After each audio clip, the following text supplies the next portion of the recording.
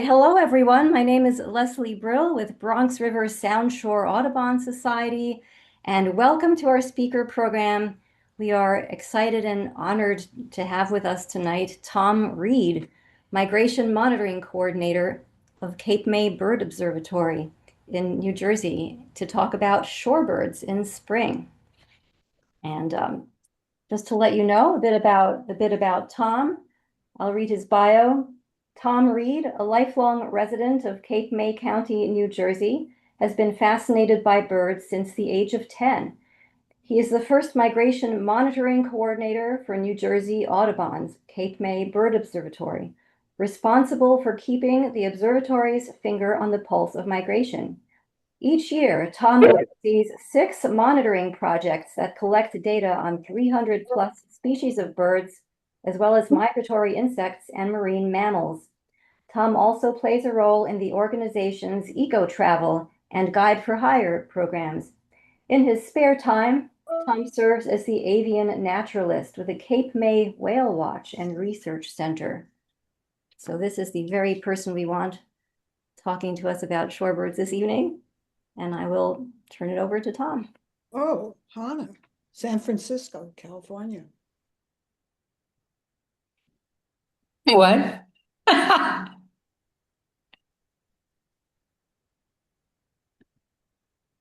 Hey, well, good evening, everybody. Can you hear me? We good? Yes, Good. All right, you can see the title slide. That's good too. looks great. All right. Well, thank you for that lovely introduction. Thank you all for being here on what is a beautiful spring evening. Um, let's see if we can get this thing rolling here. There we go. All right. So here is a general overview of what we're going to go over tonight. We're going to give you kind of a real basic, broad overview of what shorebirds are, what they're about, what they do. We're going to talk about how we can approach identifying them. And then really the meat and potatoes of this, we're going to kind of go species by species. We're going to have photos of the birds in their spring plumages. We're going to talk about when and where we might find them, uh, maybe some structural things, size things.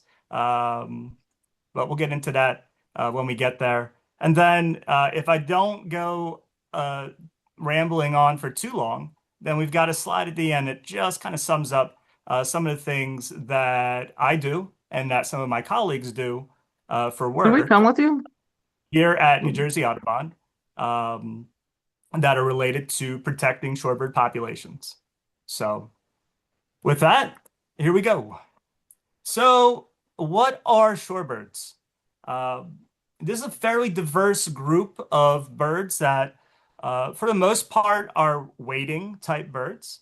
For the most part, they are found in or very close to water. We know there's a few exceptions to that rule, of course.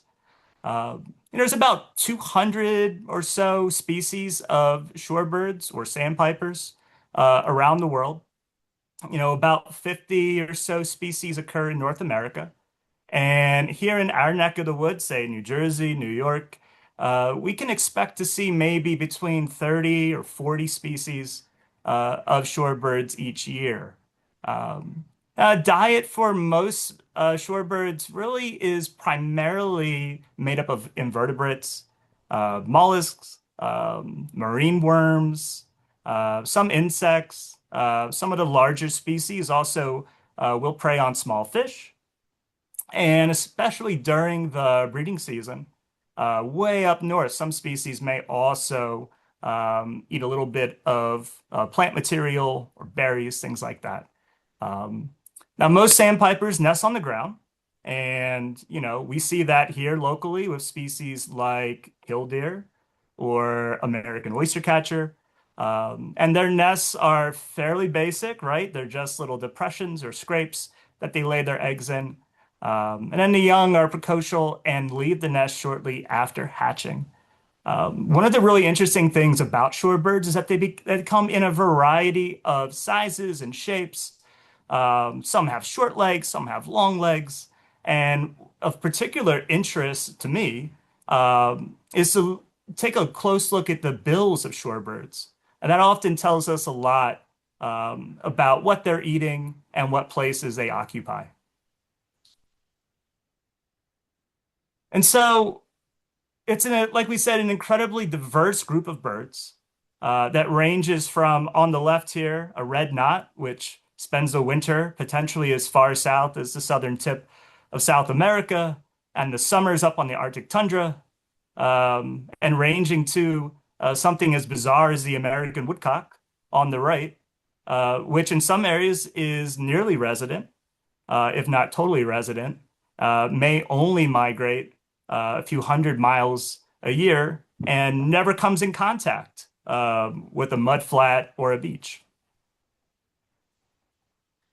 Now, that great diversity also for us birders can bring a great challenge, right? So one of the big issues with shorebirds is that they're often far away. They're out on very distant mud flats or out on an inaccessible island. We typically see the greatest diversity of shorebirds and the greatest numbers of shorebirds during the warmer half of the year. So even if we have a spotting scope, the heat shimmer and the distortion makes it pretty tough sometimes to get a good look at some of these birds. Of course, we have plumage variability. So right now in April, a great example of that. Many of the shorebirds that are currently migrating through our latitudes are also in the process of changing over. They're molting out of their winter plumage and into their summer plumage. So you'll have birds that can look like they're in full breeding plumage, some in full winter, and then a whole mix in between. And of course, with shorebirds, they occur in flocks, which can be tightly clustered. They can flush easily, like say when this peregrine falcon in the photo on the right comes by. They move about, they're very active. So there's a whole lot of challenges involved, right? So traditionally, I think for most of us, we get into birding, we pick up a field guide, or maybe we send a photo into something like Cornell's Merlin.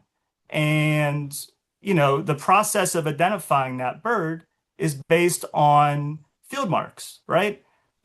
Wing bars or spotting, or it has color on the throat, or it has this color here. With shorebirds in particular, we really want to do something that is closer to, say, a holistic approach, something that incorporates shape and structure, relative size, impressions of plumage, what date it is, where we are, what habitat we're looking at, the feeding style of these birds, and a whole lot else. So we want to use a whole bunch of context clues in addition to our real life observations to really help point us in a direction of a correct identification. So for example, I might be out the late April or early May, and I might be looking out onto one of our coastal sounds or bays. Here it's low tide. There's a few inches of water. We have this flock of sandpipers. I can't see a whole lot color-wise, right? The sun is directly in my face, but I can see that these are fairly round, chunky birds that are also fairly streamlined and kind of attenuated toward the rear. They look like they're fairly actively feeding. I can see on some birds that they have what appears to be fairly long and straight bills. And so that combination of things would probably point me toward guessing, if I can get around to the other side of the sun, that these are short-billed dowitchers. So that's kind of one example of how we use the holistic approach to identify birds. And we'll talk a little bit more about that approach as we go through each species here coming up. And we'll do that right now. So we're going to start with something fairly simple and basic, a bird that a lot of people are familiar with, the killdeer. And so each one of these kind of mini species accounts, uh, we're not going to talk a whole lot about plumage, right? We're going to have really good pictures. Well, the ones that aren't taken by me are really good pictures on the screen that show a lot of the plumage features of the bird. What I want you to do tonight is really hone in on some of the structural size elements, um, obviously some things that we can't see, like feeding style, but that we can add in as context clues. And we'll also talk about kind of seasonality, what point in the spring they migrate through our region, and then in a kind of broad scale, what habitats they use. So if a killdeer, just a mid-sized shorebird, they're long-tailed, they're slender. Relative to the body, they have a pretty small little round head and a small thin bill. So killdeer is a member of a group of birds we call the plovers. And most of these birds do have fairly short or stout bills like this. And if we're watching this bird on a field, say your local soccer field, or even on the edge of a parking lot where they like to nest sometimes, we'll see this bird take a few steps and stop, and take a few steps and stop, a lot like the American robins we see in our backyards. And that's also another feature that's very strongly tied into the plovers. We also, while this bird is also year-round, it's a very early spring migrant as well. Um, so that's kind of an overview of how we're going to go about these. We'll also kind of start with another kind of softball here, the American woodcock. Believe it or not, a sandpiper, right? So the rotund body, it has that large head, doesn't have much of a neck at all. It's got the short legs and the long straight bill. Also an early migrant. In fact, at least down here in Cape May, most of their migration is probably over. And a lot of the woodcocks that nest here are probably on eggs at this point. Um, so unlike a lot of the other sandpipers, this is a bird of old fields, second growth forest. We flush them up from edges sometimes. But they're mostly active at night, right? Our best chance to see them is often during early spring when they're doing their very dramatic sky dance. So we'll work our way now into something kind of similar to a woodcock, but a little easier to find, right? This is Wilson snipe. Uh, so it has that kind of chunky body like a woodcock. Has a longer neck, has a large head, fairly straight, almost kind of dagger-like build there toward the end.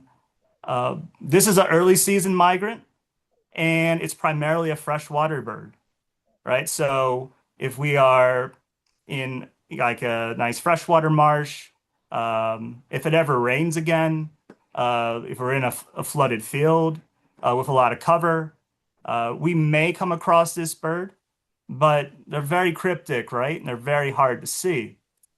So while this is sort of the image of Wilson snipe that we dream of having, this is much closer to our reality, right? So kind of an overgrown, flooded field.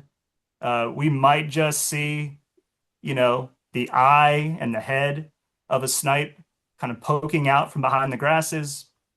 And probably more often than not, we flush snipe before we see them at all, right? And so we often don't know they're there at all. They flush from somewhere in front of us, and they give a very harsh little flight call that also can help kind of let us know that there's a snipe around. And if we're lucky, they'll get up and they'll fly a little bit higher in the sky. Again, some luck required. And again, we can see that nice cryptic plumage with lots of stripes and barring and that long straight bill on that chunky body. So we're going to maintain the theme. We've got kind of the chunky bodied long billed birds. And this is perhaps one of the most poorly named birds in North America, the short-billed dowitcher. Uh, but they are a little easier to see than Wilson snipe. This is a bird of kind of open flats, salt marsh pools. Um, so a little more drawn out, but still kind of chunky like a snipe. These have blocky heads. Their legs are relatively short, and they have a long bill, but it's quite thick, especially at the base. And one thing with short-billed dowitcher, if we look real closely, we'll see that outer portion of that bill also droops down a little bit. Um, you know, the identification of short-billed and long-billed dowitcher is, of course, one of the most difficult challenges when it comes to shorebirds. Luckily for us in the spring, long-billed dowitcher in our region is an extreme rarity. Most migrate through the west or through the interior of the continent. Um, so you can pretty safely assume, never want to totally assume, but you can pretty safely assume most dowitchers you see in April and May here are going to be short-billed dowitchers.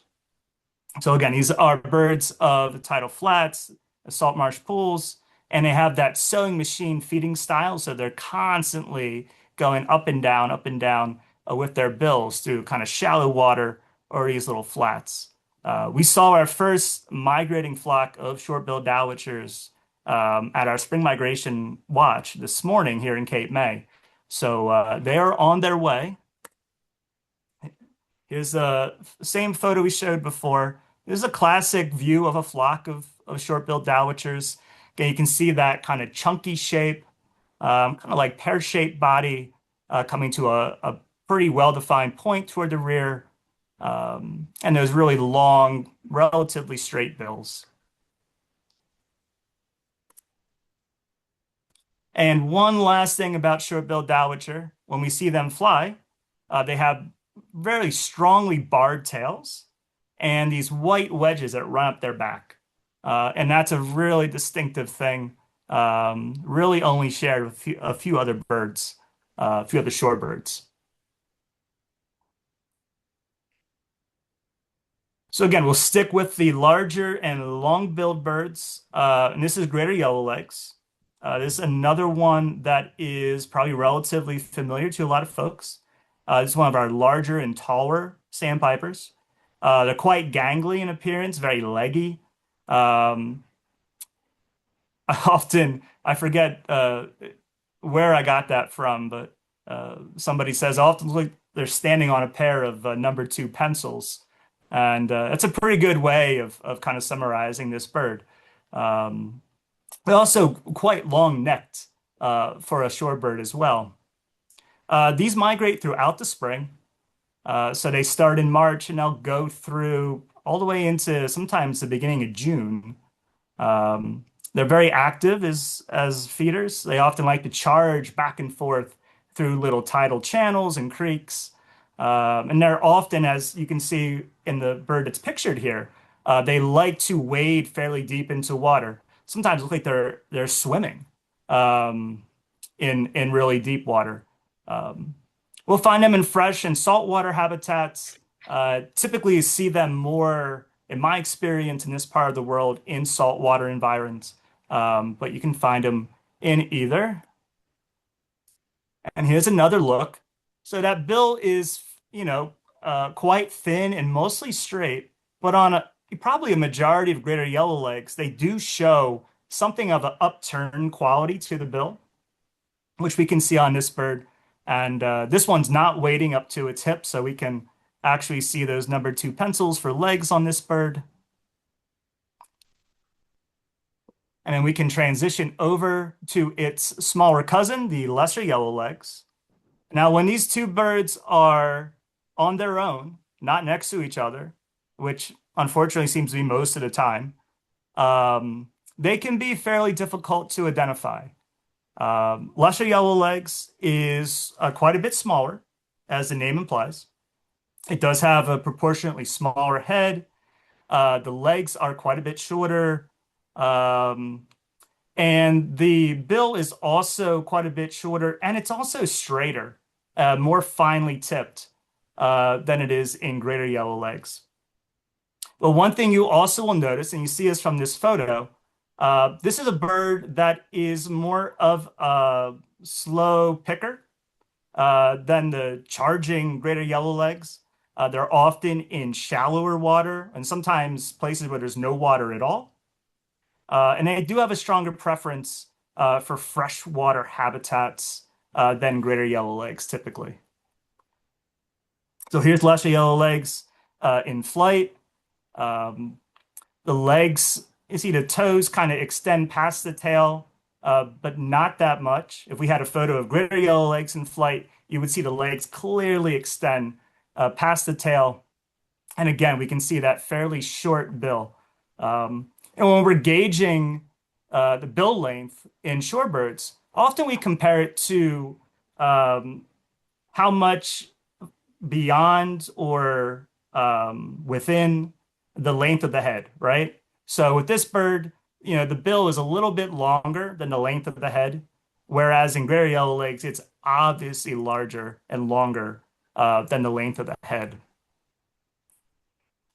And here, finally, is a comparison photo. So again, we can see especially the difference in the leg length here, the neck length, the size of the heads. And another thing with greater yellowlegs is that neck is often so long, it kind of sweeps back like a swan or a goose, right? So you kind of have like a Adam's apple effect occurring there on the throat. And so that's also something that you often will see from a structure standpoint from greater yellowlegs. But lesser's neck is much shorter. So you typically don't have that kind of curve, S-curve to the neck there. So it's nice when they do this, so we can actually have a good comparison view. So our next large shorebird with a long bill is the willet. And this is a bird that I'm sure also a lot of folks are familiar with. This is going to be larger and heftier than the yellowlegs.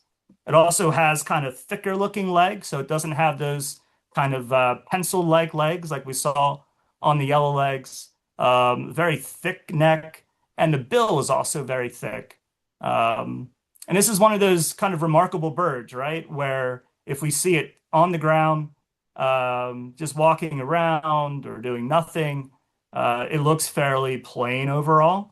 And then, of course, as soon as it opens its wings, it has those brilliant white wing flashes. So these are just showing up right now.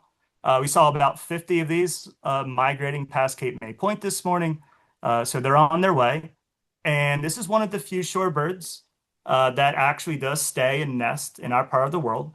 So they do nest in salt marshes here on the Atlantic coast. And if you are somewhere where willets are nesting in the summertime, it is impossible to not notice them. They are extremely, extremely noisy. So here's that big white wing flash. And here is the noisy willet in its salt marsh home. Kind of a classic view of the bird here on the Atlantic coast in the summer. And just for good measure, I just love this photo. This is actually the western subspecies of willet. So it's a little paler, a little grayer. The legs are longer, and the bill is a little thinner, not as thick looking as it is on eastern. These are primarily a fall migrant, but yeah, we see small numbers typically in April and May. So if you're looking really closely, you may notice one of these at some point. I cannot confirm whether they like crabs more than eastern willets, but I do know they like beaches more than eastern willets. So any willet you see on open beach, it's worth checking to see if it's a western willet. So we'll move on now to the American oystercatcher. And this is a bird that typically needs no real introduction, right? Just about unmistakable.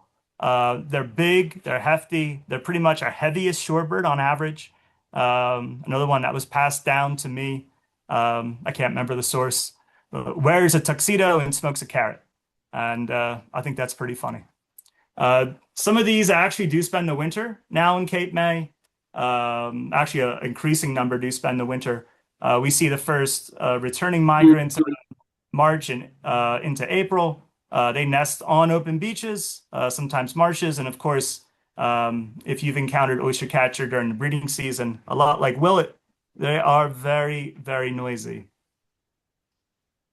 So just a classic photo of oystercatcher. Again, the really dark upper parts, the dark neck, extending onto the upper wings, and then that really starkly pale wing stripe and a black and white tail. So we're going to stay in the large shorebird department. This is the now named Hudsonian whimbrel. Folks last year split out the whimbrels. So the whimbrel that occurs here in North America is now Hudsonian whimbrel. And now we also have the Eurasian whimbrel, which occurs in the Old World. And we don't need to talk about differences for our purposes here tonight, but that is why this bird now has two names. So again, this is a very large, tall bird. This is a long distance migrant, like a lot of our shorebirds are. About the same size as a willet, and they're hefty, but they have a real kind of streamline or athletic type build. They got a pretty long neck. And of course, the main thing with this bird is that long decurved bill. So it's really going to be the only bird that we could expect to see that's going to look like this here. That's not an ibis, right? These are showing up right about now, and I think we see a fair few more down here than you all do up in New York. They like to stage in our coastal marshes, and they eat a lot of things like fiddler crabs between mid-April and late May, and then they will book it somewhere between usually May 20th and May 24th. Pretty much all the whimbrel get up on a few evenings here, and they head north toward the Arctic. So those evenings, those might be times when if you're sitting around your backyard in the evening, you might want to keep an ear or an eye out for whimbrel that have left the coast and are headed north.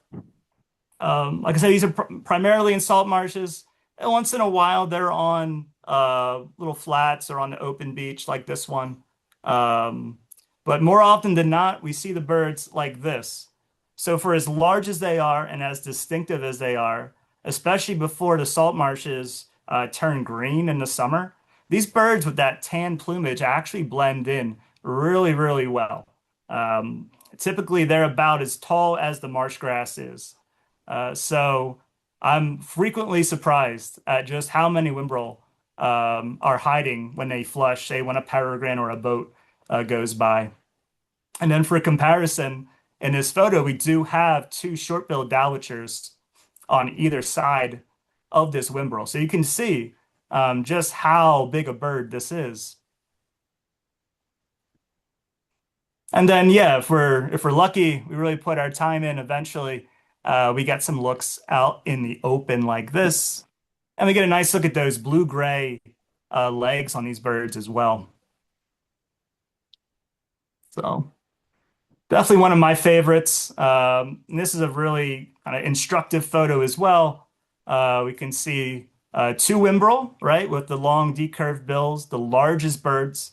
Often, if you're on the salt marshes along the coast in the spring, this is going to be your largest shorebird. We also have short-billed dowitchers in this photo. They're down toward the bottom right, three of them together there. And the birds that are about the same size, but are mostly gray or black and white, those are black-bellied plovers, which we'll get to in just a moment.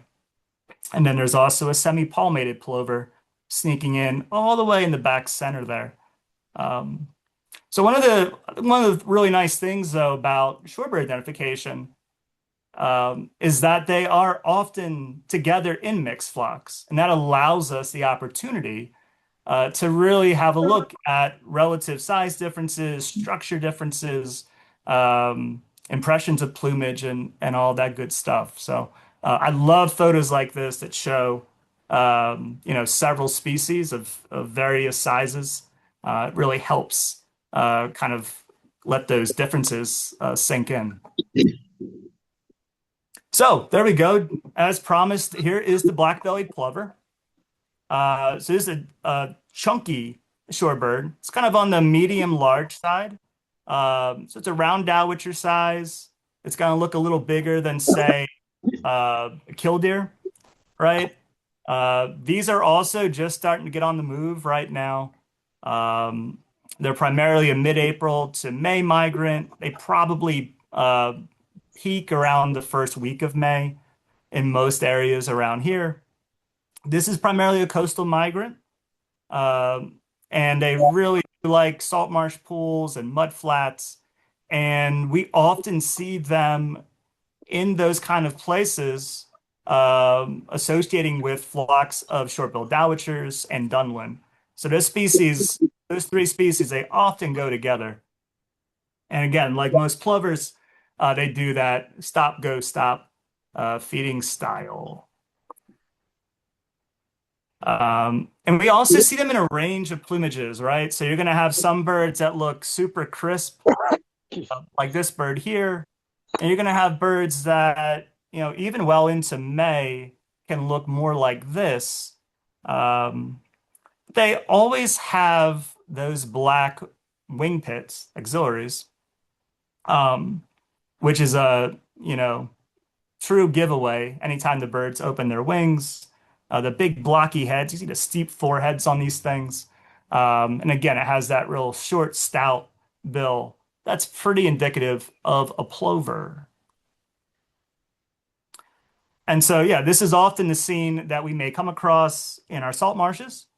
So we can see toward the back center there, the tallest, palest birds, those are black-bellied plovers tucked in. So you can kind of see the dark caps, they're really obviously delineated by those white eyebrows. But yeah, often in this scenario where we've got dunlin here, there's probably dowitcher tucked in somewhere. Often the largest bird in one of these groups that isn't something huge like a whimbrel is going to be black-bellied plover. So we'll move to another bird that's around the same size. This is red knot. It is hot. I am not complaining. And this is another sort of hefty looking bird. And, they're fairly attenuated though and athletic. Kind of a mid-length bill. Again, it's a little longer than the head. It's not super long. Most come with a slight droop. They have proportionately fairly short legs. And that helps to give the bird a horizontal profile, right? So some birds give us a really upright or vertical profile. So, something like, say, the willet or the whimbrel or the greater yellowlegs. But other birds, if they have a really long body or longer wings, especially like in this case, with shorter legs, that can help really sort of kind of get your eye in on the general shape, right? So this is primarily a May migrant. They're fairly late, and down here in the Delaware Bay, we probably get the vast majority of them, right? You do get smaller numbers in other places, though. So pretty much always on beaches in our part of the world. Once in a while, we find them roosting in the salt marsh pools. These have a really slow and deliberate feeding style, too, which is something, if you watch red knots for a while, you start to really kind of hone in on that as well. But yeah, I have that really nice salmon wash, plain gray upper parts. And then we can tell this is a bird that flies a long distance, right? We can learn a lot about birds just by looking at the shape and the length of their wings. So this is a bird that, proportionate to its body, it has really long and pointed wings, and that helps it fly from the bottom of the world to the top of the world and back again each year. And that's pretty amazing thing. So we've talked about Dunlin a few times. We'll get into them right now. This is like a medium small sandpiper. They're very chunky, so right, very kind of rotund shape. They have pretty short legs, pretty thick neck, and they do, especially for a bird that size, kind of have a strikingly long drooping bill. Um, this is a bird that along the coast, especially in a warmer winter, obviously not this past winter, you can actually see in fairly large numbers. And then their migration can start even toward the end of February and then go through most of May. These are very strongly coastally distributed. We find flocks on salt marshes and mud flats primarily. We don't see them on open beaches quite as much. And they move very steady with a quick action feeding style. And this is a pretty classic way to see Dunlin in the spring. Again, the old name for this bird, some folks may know, is red-backed sandpiper, really named for that really rich color on the upper side in the spring. And they have those big black belly patches. So again, with this talk, we're not really so much focused on plumage as other features. But this is really, I think Dunlin is really one of the most striking of the spring shorebirds. And we can see it's, not a huge bird, but it is larger than, say, these semi-palmated sandpipers that we can see down in a little cluster at the bottom left there. So we'll go to a bird that is similarly colored this time of year. This is the ruddy turnstone. So they're distinctive at all seasons. They're particularly bright now, late April into May. So it's chunky, right? Kind of a full-bellied, full-chested looking bird that has fairly short legs. And again, this one's another that has that real horizontal profile with the long wings and the shorter legs. And these have a really finely pointed but short bill.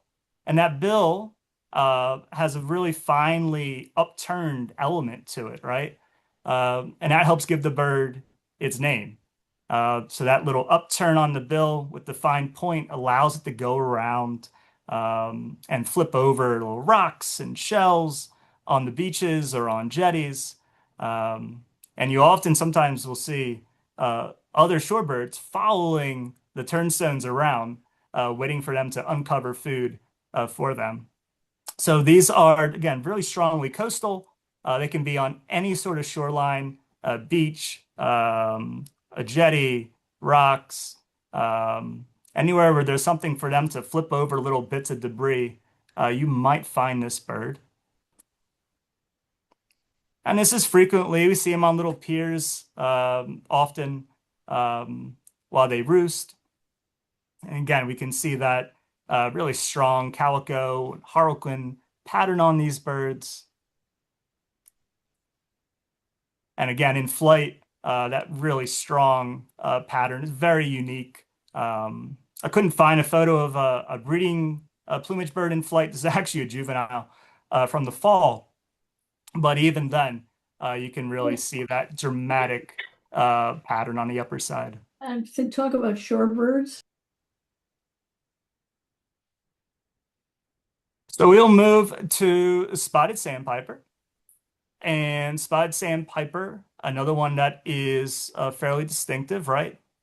A medium small bird, fairly short legs, and a bill that is just about the same length as the head, right? It is a little bit reminiscent of some of the smaller sandpipers, which we'll get to in just a moment. It tends to have a longer neck and a shorter tail than those birds. The main thing about this bird, though, is the behavior, right? So anytime this bird's on the ground, especially if it's moving about, walking around, it's bobbing its tail. In fact, it looks like the whole back half of the bird is bobbing up and down. And, you know, obviously in the spring, if we see them well, we also see that they have spots. But there's a good chunk out of the year where the bird does not have spots. So it's nice that it's also very distinctive from a behavior standpoint as to which species you're looking at. But also very distinctive when they take flight, right? So they have these very buzzy, shallow wing beats that kind of end in a very rigid glide. They don't really fly like hardly anything else. So these are just showing up now, mid-April to May, and we probably find these in freshwater environments just as often, or not more often, than we find them in saltwater. So little ponds, lakes, golf course ponds, all places where you can find spotted sandpiper. This is kind of a classic view. Again, really truncated look toward the rear. These are fairly short-winged. They're not super long-distance migrants, so the wings aren't super long and pointed. Like we saw with the red knot, they got those fairly bright orange bills with the dark tips this time of year as well. And again, I wish I had a little video to show it, but here's the bird in flight, just kind of a finely white wing stripe. And here's a bird that often I find near, if not with, spotted sandpiper, and that's the solitary sandpiper. And these actually look a little bit like a kind of a compact, small, lesser yellow legs. The dimensions tend to be proportionately shorter. So it's got a fairly short bill, it's got shorter legs, the wings are shorter. And we find these pretty much exclusively in freshwater habitats, often in places where you would not expect to find any sandpipers. So wooded ponds, little tributaries and creeks. So it's definitely a unique bird. And, as the name suggests, they often are solitary, but not always. But to see more than, say, 2 or 3 at a time tends to be fairly unusual. These will be showing up probably in the next 7 to 10 days. And yeah, it's a bird that, kind of like the snipe, you often will flush it before you know it's there. If you're walking along edge of a pond, again, they tend to be by themselves, not with other shorebirds. They're very shy and quiet. But then once they take off, you'll hear those kind of excited whistled notes.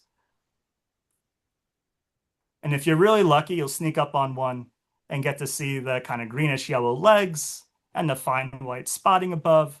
They have a really bold white eye ring before it takes off and flies away. And again, these have kind of stuttery wing beats, and the underwings, if you get a good look at those, are really dark on this bird, which creates a ton of contrast. And that's a really distinctive look as well. So we'll move on to pectoral sandpiper. This is a mid-sized sandpiper. These are very chunky, they're full-chested. But again, kind of like some of the others, also very attenuated toward the rear. These are long-distance migrants. They go from the tropics to the tundra and back again. You see this has a fairly thick base bill, and it droops to a bit of a point. These aren't birds that we see too many of in our neck of the woods in the spring. They tend to be more interior migrants. So you'd want to go to Texas or the plains to see this bird in numbers in the spring. They can be really early migrants. So typically by the first week of May, they're through. And we also find them in drier areas like sod farms or grass flats. They're often mistaken for other species, ranging from, say, the smaller least sandpiper to one of the yellow legs. And, another good example of how we don't always want to rely on 1 or 2 field marks. Here's the bird looking like it normally should. And here's the bird completely stretched out, looking like a sandpiper chicken. So we can still see it has a bit of a dark bib, like we can see in this one. We see the bright yellow legs, the pale base bill. But in this one, actually, a lot of the structural clues are not as helpful. So we'll move on to the small ones. This is least sandpiper. This is actually the smallest shorebird in North America. Very compact. They have short wings, short tail. They have a slightly drooping bill that often comes to a very fine point. These are late March to May migrants. They're often found on drier mud flats. One thing we want to look at with this bird is that it's actually quite brown on the back. So if we do see it in good light, that's often a helpful thing to see.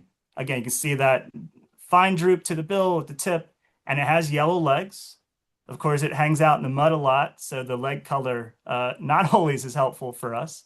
But that brown color on the back makes sense because it spends most of its time against dirt or against mud, right? And so if we're, say, a falcon or some other predator flying above, that bird's less likely to stand out because it's going to match the background. Same goes for that semi-palmated plover that's in the back there. And so then we will move up just slightly in size to the semi-palmated sandpiper. So again, very small, only just a little bit larger than the least, but it's got a more streamlined looking body, a little more attenuated. The bill tends to be a little less droopy, and the tip is a bit more blunt, not as finely tipped as we see on least sandpiper. These are also longer distance migrants. That helps give it that attenuated look because it has longer wings. So it's coming from South America and going up to the tundra. So they don't get here for usually another week, week and a half or so. Strongly coastal. These feed on mud flats, and they're usually in places with a little bit of standing water, or at least a little bit damper than least sandpiper. And when you see them feeding in groups, they can be very aggressive to each other and to other species of shorebirds as well, which is something I noticed quite a bit with semi-palmated sandpiper. And again, you can see this bird, the upper parts on this bird are more of a pale gray, which blend in better with a more watery background if you're flying over it. This is a classic view of semi-palmated sandpiper in the spring. You get a range of bill shapes and bill sizes. Also, some of the birds take on a bit of color. So it's always important to use multiple field marks. Another good example, this is still semi-palmated sandpiper. This one of a more finely tipped bill, super crouched, so it looks tiny like a least sandpiper. And it's got low angle light in this photo, so it actually looks browner above and not gray. Lots of pitfalls out there. This is white rump sandpiper. It's a species that we don't see too many of, especially in the spring. It's more closely related to the semi-palmated and least, so it's one of the peeps, as we call them. It's a little bit larger with longer legs. You can see the wings kind of go forever on this bird. Has some really fine stipply streaking. Watch the rest of that thing. And also has a pale base to the bill. The white rump is not obvious at all times. In fact, if it's not flying, often you will not tell that the bird has a white rump. These are late migrants. Sometimes we see these into the second week of June even. And they're often by themselves, and they're often right around the edges of mud flats, kind of right near where the grass starts, like this bird here. And just for comparison's sake, here it is with a semi-palmated sandpiper. And again, you can see a little bit larger, a little bit longer, the finer streaking. And of course, you can't tell it has a lighter on. We are getting down to the home stretch. This is sanderling. Is a kind of the classic beach piper, right? Medium small. It has fairly round body shape. The bill is kind of thick throughout, about as long as the head is. Um, and this has a strong coastal affinity, um, especially for beachfronts, chases the waves in and out. Like this one is right here. In the spring, they take on various casts. So some are a rich kind of brown or rufous. Others are quite pale. Um, and here is one, if you want to test yourself. One actually looks like two, but we'll focus on the one just right of center, sanderling here. It's actually feeding with a flock of semi-palmated sandpipers. So we can see a little bit larger. We can't really gauge the leg length here because this bird's actually kind of sunk down in the water in the mud. But we can see the legs are thicker, the body is a little bit larger, Ouch. the bill is larger and a little bit thicker. So we're down to the last two. This is semi-palmated plover, a little bit smaller than the sanderling we just looked at. Got a very round head, kind of a tubular body, a short bill like most of the plovers do, right? This is going to be migrating through right now. They're primarily coastal. We see them at some inland sites. Feeding flocks have a lot of social distancing. So if we see them on a beach or a mud flat, they're often really spaced out. The distance between each bird is fairly significant. And they do the run, stop, run thing. And they also do some foot stomping, which sometimes allows them to pick up these marine worms that are sometimes a really impressive size. So again, just the kind of like a miniature killdeer, right? It has the one black ring, two-tone bill, and that really nice yellow ring around the eye if we get to see it well. And finally, at long last, the piping plover, one of everybody's favorites. So fairly similar in size to the semi-palmated plover. They have a larger, more kind of a bull-headed look than semi-palmated. They're obviously quite a bit paler. Makes them really hard to see against their favored sandy environments. Migrants and returning breeding birds are getting back to our neck of the woods here right about now. And again, in our region, they're pretty much exclusively found on sandy beaches where they nest. So that was a whirlwind tour through the shorebirds, and we're pretty much done now. But I just wanted, kind of on behalf of New Jersey Audubon, to just sort of briefly touch on some of the things that we do to help shorebirds. A lot of that work's done through our research department, focused on semi-palmated sandpipers. So our VP for research, Dr. David Mizrahi, for many years has headed up research on these birds through mist netting and tracking them, both here in South Jersey and elsewhere, including lots of work actually in South America. So we have photos of folks going to set up mist nets at one of our sites here. We have a tracking device attached to a semi-palmated sandpiper. And then the work that I'm involved in is largely our long-term monitoring projects. And like we said at the beginning, we do track about 300 species of birds each year, including typically 25 to 30 species of shorebirds at each one of our migration watches. And so we're looking at kind of the stopover ecology of semi-palmated sandpipers and other shorebirds through the research department. And we're looking at the numbers of birds that are actively migrating past the Cape May Peninsula with our long-term monitoring work. And so at long last, that is the end. My thanks to you for being here and attending, and my thanks to my good friend Scott Whittle for providing a number of the photos in tonight's slideshow. So thank you, and I'd be happy to take any questions. Thank you so much, Tom. That was fantastic and wonderful pictures, ID tips. I have to admit, I was taking screenshots of a few birds, but I think I'll watch the whole thing over again before I go somewhere like Brigantine or a Wallkill. Really wonderful. And we have a number of comments in the chat. Thank you. Excellent talk. Great review. Thanks so much. Thumbs up. Does anyone have any questions they would like to ask Tom? And take yourself off of mute if you do.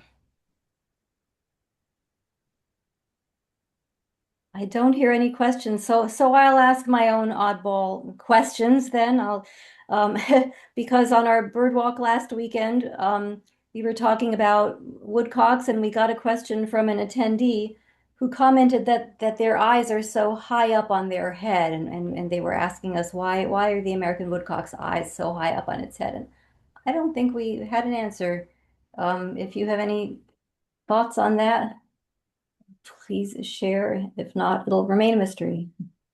Yeah, well, I mean the woodcock is such a fascinating bird, right? For all sorts of reasons. And I suppose the going theory is that those eyes are kind of up in that position and kind of give it binocular vision. So if you take a picture of a woodcock from the front, you can see its eyes. And if you take a photo from its back, directly behind the bird, you can also still see its eyes. Mm. And with it probing, with that long bill for earthworms, primarily, I think, um, way down in the dirt, it gives it essentially 360-degree vision to see, you know, if there's a fox coming up behind it or some sort of predator. I think that's probably the most likely thing. But yeah, they're fascinating birds and one of my favorites. Yes, well, thank you. That makes a lot of sense. Um, Also, the short versus long-billed dowitchers, you mentioned that the long-billed ones are rare around here in the spring, but if you get to late summer, for instance, are they as rare then? I know this often question goes back and forth. Oh, is that a short billed or a long billed? Late. Yeah, at least here, we don't see long-billed dowitcher typically until maybe the very end of July. And we got some very small numbers in August, September, October. Um, so yeah, it's a bird that we see in small numbers on an annual basis. But yeah, I think in the spring, a lot of the shorebirds do a loop migration. So there's a bunch of birds, they occur here in the fall, but they weren't included in the talk tonight. Say like American golden plover, buff-breasted sandpiper, Baird sandpiper, things that people really seek out in August or September. Hudsonian godwit's another example. Um, and it's the birds are most likely taking advantage of the prevailing winds at different seasons. So they're actually going straight up through the continent on the warm southerlies in the spring, and then going with more prevailing northwest winds from Canada in early fall to get out to the coast. And I think that's a large part of pretty much why, and it's remarkable. That whole subset of birds is pretty much non-existent in our region in the spring. Mhm. Oh, very interesting. I can't imagine what your life is like right now with all of those shorebirds to monitor. Um, what are your primary methods of is it by tracker or people out there counting at all these different sites? How are you managing this? Yeah, so I can't totally speak for a research department. So work that they're doing is mostly based out of Cumberland County. And so there's a site, Heiserville Wildlife Management Area. And some people may be familiar with it. Has a set of small impoundments that often the water is drawn down to attract roosting shorebirds during the migration window. So some years there's tens of thousands of birds that utilize these pools. They go out and they feed on the flats around the Morris River when the tide is low, and at high tide, they all pile into these impoundments. So we have a team that goes out, they string up these mist nets. When the birds flush up, they get caught in the mist nets. And then a lot of them are processed, they're banded, some get tracking devices put on them. So we learn, about the movements of semi-palmated sandpipers and now some other species as well. And that's fairly intensive field work there. We don't, my work primarily revolves around these long-term monitoring projects. And so we run about 6 on an annual basis, one in the spring and then a bunch, of course, in the fall. And none of the projects are specifically focused on sandpipers.